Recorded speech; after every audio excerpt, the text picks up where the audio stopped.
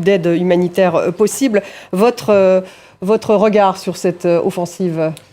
Ce que je retiens, c'est qu'au-delà des éléments de langage de la communication israélienne, il y a des faits notables, non négligeables. D'abord, l'armée israélienne a mis de côté, finalement, a ignoré, y compris la parole de ses principaux alliés. Donc il y a une capacité, encore une fois, à se départir. Donc là, vous pensez aux États-Unis ? En particulier, même les Européens, la France en particulier, a explicité finalement sa volonté de ne pas voir d'opération militaire menée contre Rafah, finalement, eu égard à la concentration de la population civile de Gaza dans cet espace. Du point de vue du droit international, on voit aussi là une continuité dans l'attitude israélienne à se départir de toute obligation en la matière, puisque le déplacement de la population qui a eu lieu est un déplacement forcé et constitutif de ce qu'on appelle un crime de guerre. Vous me direz, c'est pas le premier dans cette opération, mais il y a là encore un acte qui traduit plus largement une capacité. Alors, est-ce que cette population a véritablement été évacuée ? C'est aussi une question, je vous ferai réagir là-dessus. C'est pas une question d'évacuation. On parle d'1,4 million de personnes à Rafah, et l'armée israélienne a demandé à 110 000 personnes d'évacuer vers l'Est, à Al-Mawassi. On va revoir la carte, c'est cette population-là dont vous parlez. Bien sûr, mais dès lors que le déplacement est forcé, c'est-à-dire sous la contrainte militaire, c'est constitutif d'un crime de guerre. Alors, et troisième élément, il faut rappeler que Rafah, et ce qu'on a vu, les images qu'on a vues, est une prise de contrôle du principal accès de l'acheminement de l'aide humanitaire à la population de Gaza. Or, là aussi, il y a un gros problème du point de vue du droit international humanitaire en général, et du point de vue de la décision ou de l'ordonnance de la Cour internationale de justice qui a indiqué le risque plausible de génocide si on n'aidait pas cet acheminement de l'aide humanitaire à accéder vers la population de Gaza. Or, en contrôlant et en empêchant l'acheminement de cette aide humanitaire, là, on a un nouvel élément qui tend à démontrer la volonté finalement d'Israël de ne pas se plier d'une certaine manière aux injonctions de la justice internationale. Karim Émile Bittard, est-ce que c'était une opération pour faire pression sur le Hamas ? Alors, quand bien même cette opération serait présentée comme limitée, je rejoins ce qu'a dit Bélir Nabli. On a le sentiment qu'au-delà du viol flagrant du droit international, il y a aussi une sorte de doigt d'honneur qui est adressé par le cabinet de guerre israélien aux familles des otages qui attendaient impatiemment la signature de cet accord. Également un doigt d'honneur adressé par ce cabinet à tous les alliés internationaux d'Israël, à ce qu'on appelait hypocritement la communauté internationale, aux États-Unis d'Amérique, qui se sont extrêmement mobilisés ces derniers mois, qui ont voté un nouveau paquet de plusieurs milliards de dollars de soutien à Israël, mais qui avaient insisté sur le fait que cette opération contre plus d'1 million de civils pris comme des rats dans un réduit qui est désormais totalement fermé à tout accès international. On a l'impression qu'on s'apprête à assister à un massacre à huis clos. L'ONU, vous l'avez dit, ne peut plus y accéder. Philippe Lazzarini, le directeur de l'UNRWA, a été traité comme un malpropre. Les médias internationaux n'ont pas accès à Rafah. Israël se plaint en permanence que son point de vue n'est pas correctement représenté dans les médias internationaux. Eh bien, il ne tient qu'à Israël qu'à ouvrir ces scènes de guerre à vos collègues. J'en connais des dizaines qui seraient prêts à y aller. Malheureusement, on a le sentiment qu'Israël préfère faire le sale boulot, loin des caméras, loin du regard de la communauté internationale, pour ensuite se présenter, encore une fois, comme tête de pont de cette supposée guerre contre le terrorisme, dont on réalise de jour en jour qu'elle fait infiniment plus de victimes que le terrorisme lui-même. Marc Levnier, vous vouliez rebondir là-dessus, sur la stratégie du Hamas, peut-être ? En fait, c'est clair qu'on a affaire à deux entités qui manifestent une forme de cynisme à l'endroit de leurs propres civils. C'est clair que le sort des civils palestiniens n'est pas le premier élément qui anime ou qui est pris en considération par le Hamas. Et du côté du gouvernement israélien, il faut bien reconnaître que depuis le 7 octobre, le sort des otages ne s'est pas imposé naturellement comme le premier élément, le premier objectif stratégique de l'opération ou de l'offensive à Gaza. D'ailleurs, ça a été explicité à travers le but dit de destruction du Hamas. on voit reculer cet objectif-là dans le discours israélien parce qu'on voit bien le caractère chimérique et fictif. Le Hamas, le lendemain d'une trêve où la fin de cette guerre commencera par un communiqué du Hamas pour prouver son existence et donc l'échec de cette offensive israélienne. Voilà. Alors, il y a quand même une différence au-delà de ce cynisme partagé. On a quand même d'un côté une entité qu'on qualifie en Occident de terroriste et de l'autre une entité gouvernementale composée de dirigeants produits d'une démocratie ou qui se présentent comme tels. Or, ce cynisme donc n'est pas comparable. Il est plus problématique de la part d'un gouvernement qui se départit d'une certaine manière d'une priorité qui est celle de la libération de ses propres civils. Mais on a vu en fait qu'ils sont divisés en fait au sein de la société israélienne. Donc la division en question, effectivement, elle a pu apparaître dans la hiérarchie des priorités. Toute la complexité. C'est dans le but du point de vue de la hiérarchie des priorités. Par contre, dès lors qu'on pose précisément la question de la solution politique, là, il y a pratiquement un consensus. Et c'est peut-être l'élément le plus saisissant. Cette guerre va se terminer à relativement court terme, en réalité. Une fois qu'elle sera terminée, une forme de normalité va réapparaître. Il faudra la regarder dans les yeux, à savoir que côté israélien, et ça a été rappelé de manière très forte, je trouve, par M. Lapid, qui est présenté comme l'une des incarnations de l'opposition à Benjamin Netanyahou, la colonisation est toujours à l'ordre du jour. Pourquoi ? Parce que l'argument avancé est de nature religieuse. M. Lapid a considéré, comme M. Netanyahou et ses alliés d'extrême droite, que la colonisation est presque quelque chose de naturel, eu égard à un destin messianique inscrit dans le marbre biblique. Voilà, on parlera de l'après un peu plus tard. Karim Emile Bitar, pour réagir justement sur la stratégie du Hamas.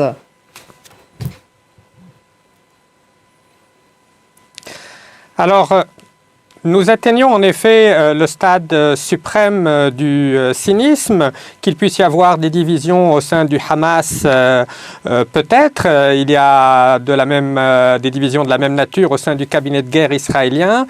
Mais ce qui est frappant aujourd'hui, c'est le fait que l'ordre international tout entier est en train de se déliter. Le cynisme n'a jamais été poussé aussi loin. On en a l'habitude dans les relations internationales, mais quand on lit la presse israélienne cette semaine et qu'on voit les efforts qu'a fourni M. Netanyahou et son équipe pour convaincre le Qatar de financer le Hamas, alors même qu'il cherchait à se présenter en Occident comme opposant à ce radicalisme islamiste, ça devient du plus haut comique si ce n'était tragique. La catastrophe, on y est déjà pour les familles des 34 000 victimes, des 34 000 morts, des 100 000 blessés. À l'échelle de la France, ce serait plus de 5 millions de personnes directement affectées par cette guerre. Et non seulement M. Netanyahou a fait des pieds et des mains pour que le Hamas continue à être financé, mais il s'est assuré que l'administration Trump, par le biais de M. Mnuchin, secrétaire au budget, cautionne cet argent en assurant que cela ne sera pas considéré comme une aide au financement du terrorisme. Mais au-delà des critiques contre le gouvernement de M. Netanyahou, il ne faut pas qu'on cède à cette idée trop simple, comme quoi nous sommes face à de mauvaises pratiques d'un mauvais gouvernement. Nous sommes dans le cadre d'un processus colonial qui dure depuis plusieurs décennies. L'histoire du Proche-Orient n'a pas débuté le 7 octobre 2023 avec les crimes contre l'humanité, et moi je n'hésite pas à utiliser le terme de pogrom commis par le Hamas. Cela est la résultante de décennies d'une volonté d'éradiquer, d'expulser une population tout entière. Or, cette population est toujours là. Il y a une persistance de la question palestinienne à laquelle l'opinion publique israélienne devra s'habituer. Il faudra, après cette guerre, penser à la déradicalisation. On utilise beaucoup ce terme à propos de certaines banlieues en Occident. Il faut aussi déradicaliser la classe politique et la société israélienne. On assiste à une dérive de plus en plus messianique, suprémaciste, qui finit même par affecter les 1 ou 2% qui restent encore au sein de ce qu'on appelait autrefois autrefois le camp de la paix. Il est temps que les États-Unis prennent clairement leur distance par rapport à ce qui se passe. Et ce qui est quelque peu de nature à changer le jeu, c'est précisément ce qui se passe sur les campus des grandes universités américaines. Je rentre des États-Unis, j'ai vu les étudiants se mobiliser, même dans des universités conservatrices comme Princeton. Jamais depuis la guerre du Vietnam, depuis 1968, on a eu de telles mobilisations. Et lorsqu'on demande à ces étudiants pourquoi vous êtes tellement mobilisés, ils disent parce que ces crimes sont commis en notre nom, ils sont soutenus par nos gouvernements. On leur fait souvent le reproche de ne pas s'être mobilisés pour le Soudan, pour le Yémen. On peut tout à fait comprendre cet argument, sauf que ce qui se passe au Soudan n'était pas directement financé par le contribuable américain, contrairement à ce qui se passe aujourd'hui en Israël. Oui, donc ce changement d'état d'esprit chez la jeunesse américaine, chez de très vastes franges, va changer politiquement la donne dans quelques années. Je ne pense pas que les manifestations pro-Hamas, c'est pas pro-palestinienne, mais pro-islamiste Hamas dans les universités américaines vont dans le sens de la déradicalisation. Non. Je ne pense pas. C'est pas bien de diffuser des fake news. C'est pas bien de diffuser des fake news. Une autre fake news, monsieur, c'est de présenter Yair Lapid comme un partisan d'une colonisation religieuse. Alors ça, c'est aussi une fake news. Alors, s'il vous plaît, on va revenir sur Rafah, si vous voulez bien. Sur l'aide humanitaire, on va pas véritablement à Israël que l'opération soit limitée, donc ça reste en tout cas ce que souhaitent les États-Unis. Côté de l'Égypte, les Égyptiens, il semble qu'ils prépareraient peut-être des zones dans le Sinaï pour accueillir éventuellement des déplacés. C'est pas la volonté qui se dégage actuellement de la part du président El-Sisi, qui est à la fois un adversaire politique du Hamas, voire un ennemi stratégique du Hamas, et en même temps qui se méfie précisément de cette perspective, parce qu'il y a des précédents historiques qu'on connaît, à savoir que le déplacement de Palestiniens s'est traduit par finalement la création de nouveaux réfugiés qui ne sont jamais revenus sur leur terre. Donc s'ils devaient s'engager dans cette voie, ça serait une voie qui risquerait de ne pas ouvrir une parenthèse, mais de la fermer en même temps. Donc c'est un risque politique, mais qui pourrait s'expliquer en même temps dans le cadre de négociations actuelles pour sortir de cette impasse. Mais je voudrais quand même revenir sur ce qu'on disait. Non seulement je confirme ce que j'ai dit, puisque j'ai trouvé l'article du Figaro qui rappelle que M. Lapid a bien confirmé qu'il était pour la colonisation parce que c'était inscrit dans la Bible, donc je le confirme. Et deuxièmement, pour revenir sur l'ambiance dans les universités américaines, françaises et par ailleurs dans le monde entier actuellement, et c'est peut-être l'un des éléments les plus saisissants, à savoir que le monde occidental ne se résume pas aux États. Il y a des sociétés civiles qui s'emparent de ce conflit. C'est pourquoi il est particulièrement... C'est pourquoi il est exceptionnel, parce qu'il revêt une dimension démocratique. Notamment parce qu'Israël se revendique de la démocratie. Et de mon point de vue, c'est en ce sens, il y a une responsabilité particulière pour les dirigeants israéliens qui devraient se mettre à la hauteur des principes et valeurs de la démocratie, notamment le respect des droits fondamentaux des individus. Et pour terminer, si les jeunes de par le monde se mobilisent, c'est au nom non pas de considérations ethno-religieuses, mais bel et bien de valeurs universelle précisément et pas purement occidentale, comme la justice et le respect du droit. Parfois c'est assez radical ce qu'ils demandent, c'est pas juste la justice. La justice et le respect du droit. La justice et le respect du droit, c'est aussi de permettre aux étudiants juifs d'étudier et d'avoir accès aux salles de cours et de ne pas essentialiser chaque juif américain comme étant supposé être un partisan de Netanyahou. Mais ça aussi, ça fait partie du droit et de la démocratie. Ça va de soi, c'est pourquoi parmi les fers de lance pour les manifestants dans les universités américaines. C'est pourquoi parmi les fers de lance de ce mouvement, il y a des juifs. Oui, un mot justement sur Yair Lapid pour rebondir sur ce qu'a dit justement Yair Lapid est l'homme politique le plus laïque et le plus anti-religieux de la scène politique israélienne. Exactement. S'il a fait des références aux liens historiques du peuple juif avec la Judée-Samarie, c'est une chose, mais présenter Yair Lapid comme un partisan de la colonisation de la Judée-Samarie pour des raisons religieuses, c'est du grand comique. Mais je voudrais revenir sur un point. Si même en citant ces déclarations, vous contestez... Il a aussi rappelé la solution à deux États, Yair Lapid, la nécessité d'une solution à deux États. Mais d'abord, effectivement, Yair Lapid soutient une solution à deux États, ce qui veut dire qu'à ce moment-là, la Cisjordanie ne serait pas colonisée. Mais restons sérieux. Mais ce que je voulais dire par rapport à tout ça, parce que ça manque dans le débat. On va faire participer aussi Karim Émile Bittard. Vous vouliez peut-être dire un mot ? Pas trop long, s'il vous plaît, Karim Émile. Je sais que vous êtes par Skype, c'est plus compliqué. Stéphanie, je voulais dire uniquement que ce débat sur Yair Lapid était particulièrement révélateur parce que on a eu exactement le même débat lors de la fondation du mouvement sioniste. Theodor Herzl ne s'en cachait pas dans ses carnets, dans ses agendas privés. Il était ouvertement athée. Et pourtant, il se servait de cet argument selon lequel Israël aurait été une terre promise.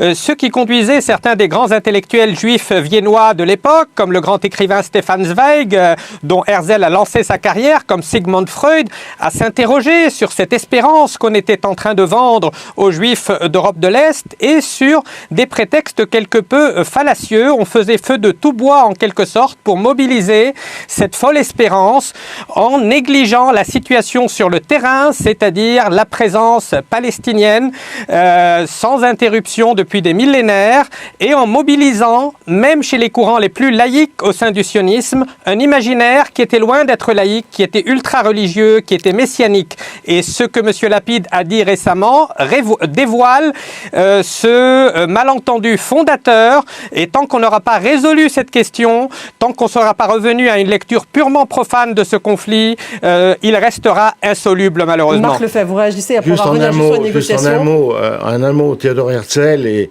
les dirigeants sionistes de l'époque parlaient d'un lien historique avec la terre d'Eretz Israël. Pas un lien religieux, ils parlaient d'un lien historique. C'est une nuance qui est plus qu'une nuance. On va parler des négociations parce qu'il nous reste peu de temps. Je voudrais qu'on revienne juste.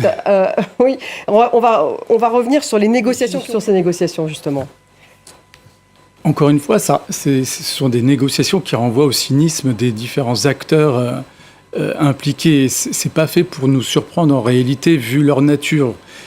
Pour autant, ce qu'il faut bien noter, malgré tout, c'est que finalement, de cette séquence, qu'est-ce qui va fondamentalement rester ? Notamment la rééruption de la question palestinienne et du sort des Palestiniens, alors non seulement sur la scène internationale, mais aussi dans le débat public israélien.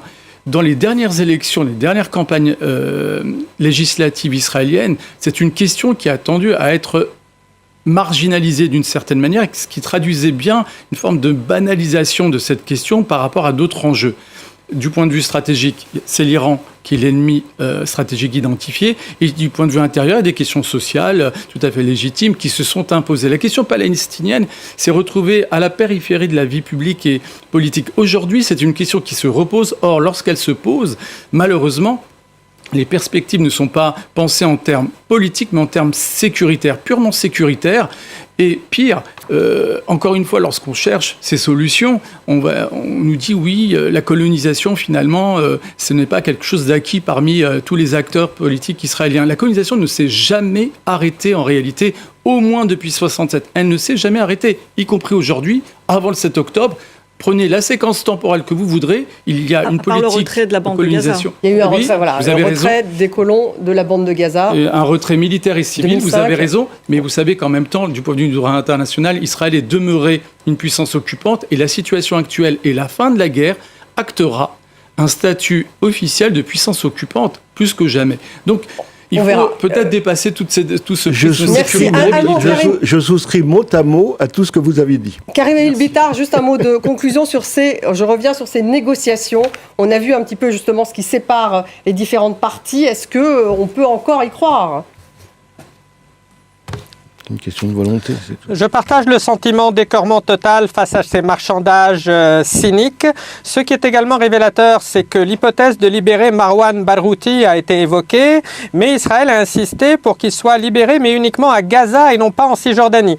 Comme si on était toujours en train de chercher un moyen de titiller les divisions interpalestiniennes, alors que M. Barghouti est l'une des rares figures qui pourrait rassembler aussi bien le Fatah que le Hamas, mais pour cela, il faudrait qu'il soit en Cisjordanie et non pas uniquement à Gaza. Donc tant qu'on n'est pas sorti de cette logique de vouloir diviser les Palestiniens dans une sorte d'archipel rongé par ce gruyère qu'est la colonisation, on ne pourra pas parvenir à cette solution durable, qu'il s'agisse d'une solution à 2 États, si on parvient à convaincre 700 ou 800 000 colons de quitter leurs implantations, et je ne vois pas quel Premier ministre israélien aurait le courage de le faire, ou d'imaginer des formules alternatives pour que Juifs et Arabes puissent vivre ensemble sur un pied d'égalité sur cette terre, sans qu'il y ait des citoyens de seconde zone, en rassurant les angoisses existentielles de toutes ces minorités, car tout le monde est minoritaire dans cet Orient, mais les traumatismes de l'histoire sont tels qu'ils conduisent